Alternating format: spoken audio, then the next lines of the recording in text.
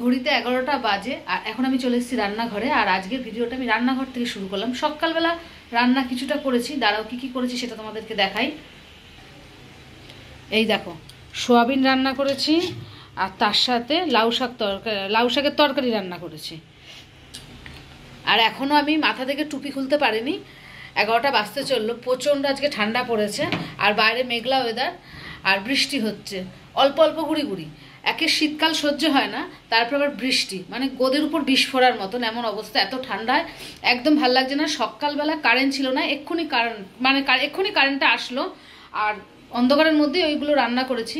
আর আমার ঘরে না আলো না জ্বালিয়ে রান্না করা যায় না, অন্ধকারে যা পেরেছি করেছি। আর এখন আবার করবো কি বলতো, এই যে হাঁসের ডিম, এইটা রান্না করব।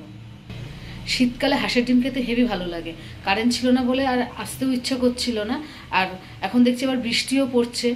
জিনিসগুলো সব সেদ্ধ টেদ্ধ করে রেখে দিয়েছি, মশলাও করে রেখেছি, এখন জাস্ট বসাবো। আর ভাবলাম কি আমি কিভাবে হাঁসের ডিম রান্না করি সেটাই তোমাদের সাথে শেয়ার করি। তাহলে চলো হাঁসের ডিমটা করে ফেলি। ডিম সব সিদ্ধ করে রেখেছিলাম, ভেবেছিলাম রাত্রে করব, কিন্তু ঠান্ডা দেখে মনে হচ্ছে এখনই করে ফেলি, রাত্রের জন্য আর কাজ বাড়িয়ে লাভ নেই। যা আছে সবাই মিলেমিশে খেয়ে নেবো। সোয়াবিন আছে, লাউ শাক করেছি, হাঁসের ডিমটা করা থাকলো, যার ইচ্ছা যেমন ইচ্ছা সে তেমন খাবে। আমার কাজ করার আমি কাজ করে ফেলি। আর এই যে মাথার টুপি খুলতে পারিনি, বলছি না সকাল থেকে ভালোই লাগছে না, কানটা একটু ঠান্ডার জন্য ব্যথা ব্যথা করছে। কারেন্ট ছিল না, তারপরে তোমার কি বলো তো, বৃষ্টি বৃষ্টি ওয়েদার, মানে বিচ্ছিরি অবস্থা, ভীষণ বাজে লাগছে। আর গরমকালে বৃষ্টি হয় না, বর্ষাকালে বৃষ্টি হয় না, শীতকালে বৃষ্টি, কোনো মানে হয় এরকম বৃষ্টি হওয়ার?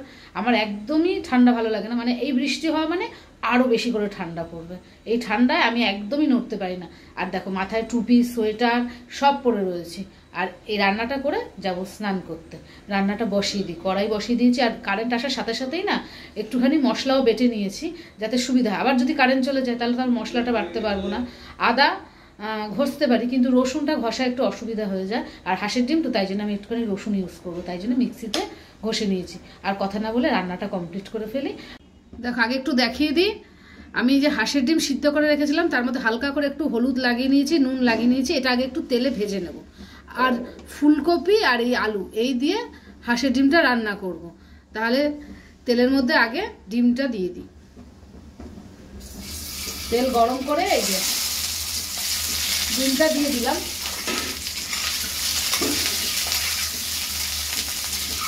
এবার এটা একটু লাল লাল করে ভাজা হবে।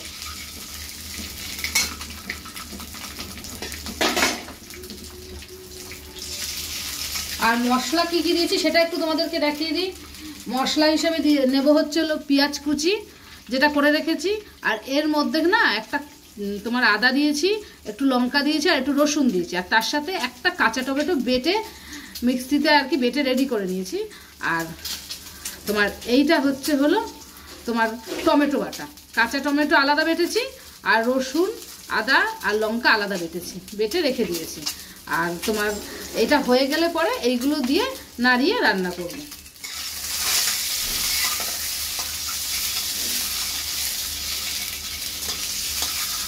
শীতকালে হাঁসের ডিম খেতে বেশ ভালোই লাগে। আর দেখো হাঁসের ডিমগুলো কিন্তু বেশ বড় বড় এনেছে, আর এটা দেশি হাঁসের ডিম।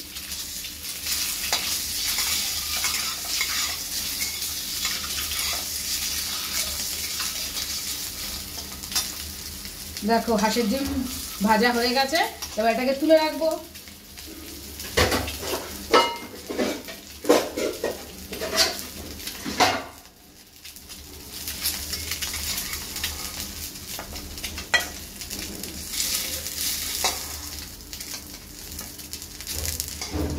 আমি কিন্তু হাঁসের ডিমটা একটু চিড়ে চিড়ে নিয়েছি, তাহলে ভালো হয়। যে কোনো ডিমই চিড়ে নিলে বেশ ভালো হয়। এবার কড়াইতে আরেকটুখানি তেল দেবো।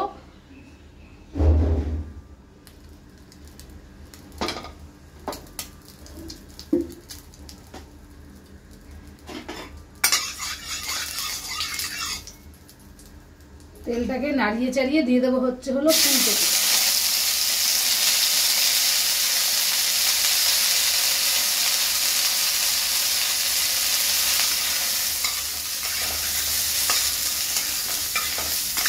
ফুলকপিটাকেও সুন্দর করে ভেজে নেব। ফুলকপি কিন্তু আমি হালকা করে সিদ্ধ করে রেখেছি, আর ডিমের সাথে আলুটাকেও সিদ্ধ করে রেখেছি। সিদ্ধ করা থাকলে তাড়াতাড়ি রান্না হয়ে যাবে, তাই জন্যই সিদ্ধ করে নিয়েছি। ফুলকপি কিন্তু বেশি সিদ্ধ করিনি, আলগা আলগা করে সিদ্ধ করেছি। দেখো ফুলকপিটাকেও হালকা করে একদম ভেজে নিয়েছি।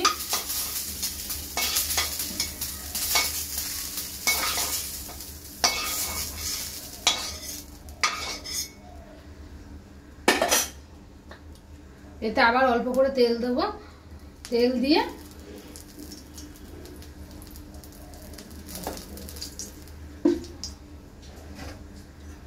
দেবো হচ্ছে হলো আলুটা দিয়ে।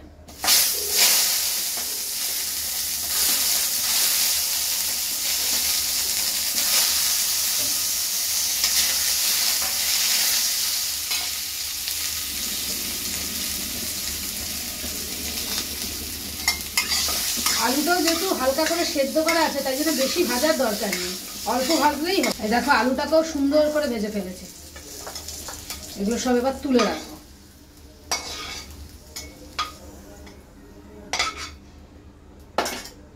তুলে রেখে আর অল্প পরিমাণে তেল দেবো, তেল দিয়ে এবার দেবো হচ্ছে ফোড়ন।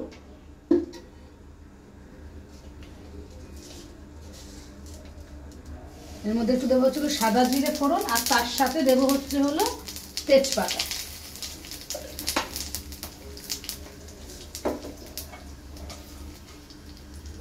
আর তারপরে এর মধ্যে দিয়ে দেবো হচ্ছিল যে পেঁয়াজটা কুচিয়ে রেখেছিলাম, এই পেঁয়াজটা।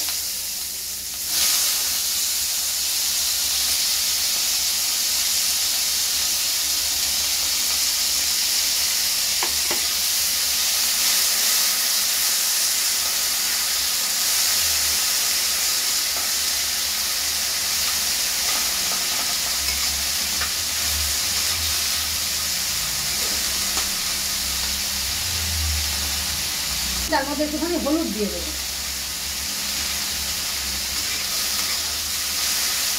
দেবো। এটা ভাজা বসিয়ে দিয়েছি, আবার এখন একটুখানি ঢেকে দেবো, ঢেকে দিলে তাড়াতাড়ি হয়ে যাবে। পেঁয়াজটা প্রায় হয়ে এসছে, এই দেখো হয়ে এসছে। এরপর এর মধ্যে বাদ বাকি মশলা দিয়ে দেবো। প্রথমে দিচ্ছি হচ্ছে হলো রসুন, আদা আর লঙ্কা বাটাটা।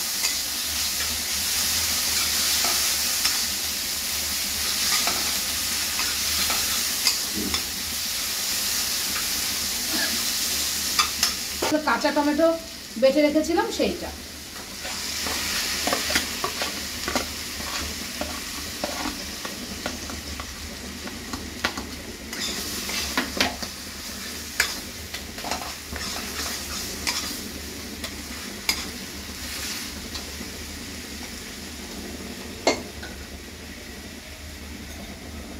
আর এর মধ্যে একটুখানি হলুদ দেবো, দিয়ে এটাকে ভালোভাবে কষাবো।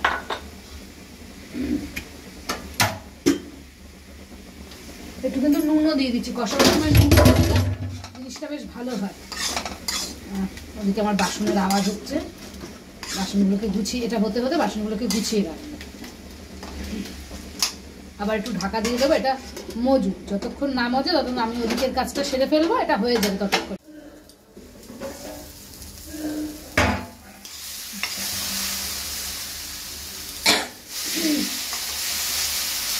ঢাকনাটা খুলে একটু দেখে নিলাম, মশলাটা ভাজা ভাজা হয়ে গেছে। এবার এর মধ্যে দেবো হচ্ছে আলু, যেটা ভেজে রেখেছিলাম সেই আলুটা।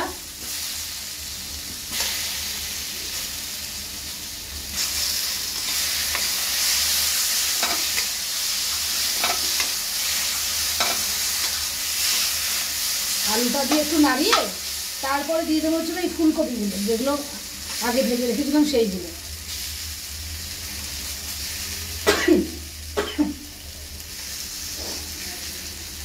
মশলা সাতলাতে গেলে এত হাঁচি হয় আর কাশি হয় যে কি বলবো।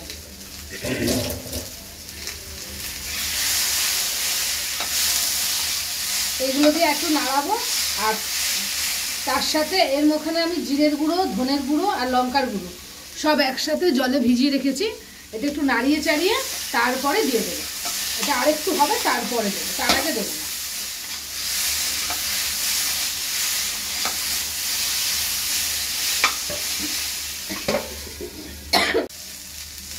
এবার এই গুঁড়ো মশলাগুলো দিয়ে দেবেন।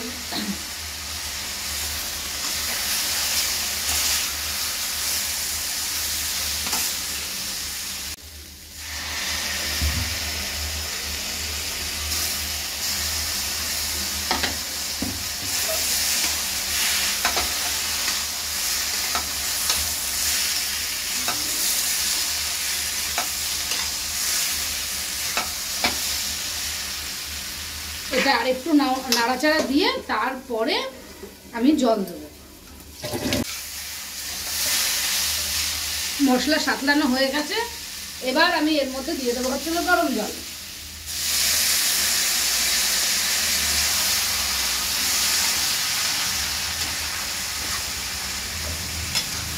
শীতকালে না সবজিতে একটুখানি গরম জল না দিলে হয় না, এত ঠান্ডা জল, তাই জন্যে উষ্ণ গরম জল করে রেখেছিলাম, সেইটা দিয়ে দেবো। সেটা আর কি দিয়েছি, দেবো কি। আর আলু ফুলকপি এগুলো আগের থেকে হালকা করে ভাজা সেদ্ধ করেছি, ভাজা করেছি, তাই জন্য বেশি লাগবে না, যেইটুকু জল লাগবে সেইটুকুই দেবো।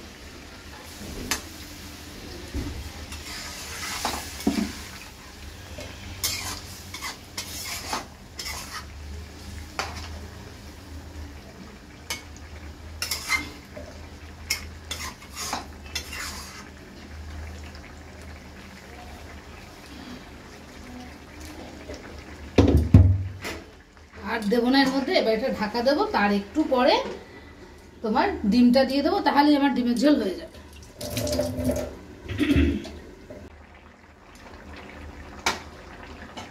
দেখো আমার ঝোল কমপ্লিট হয়ে গেছে। এইবার আমি এতে এই হাঁসের ডিমগুলো দিয়ে দেবো। আর একটা কথা বলি, যখন মশলা সাতলাচ্ছিলাম তখন কিন্তু আমি একটু নুন দিয়েছি, সেটা বলতে আমি ভুলে গেছি।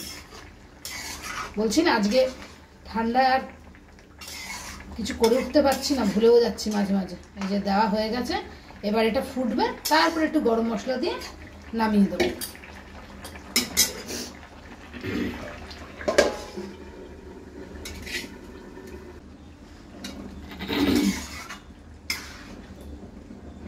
ডিমের ঝোল কমপ্লিট। এবার এর মধ্যে একটুখানি দিয়ে দেবো গরম মশলা, তাহলেই হয়ে যাবে রান্না।